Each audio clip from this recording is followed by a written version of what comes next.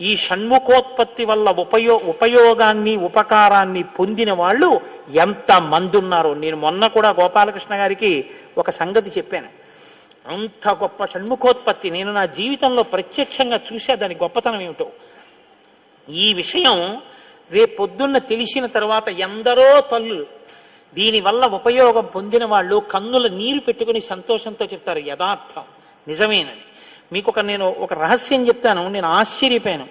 తూర్పుగోదావరి జిల్లాలో మల్లవరం అని ఒక క్షేత్రం ఉంది. అక్కడ సుబ్రహ్మణ్యుడు, ప్రత్యక్ష సుబ్రహ్మణ్యుడు, ఇంతలా పాము కోనేటిలో స్నానం చేసి శివలింగాన్ని చుట్టుకుని ఉంటుంది.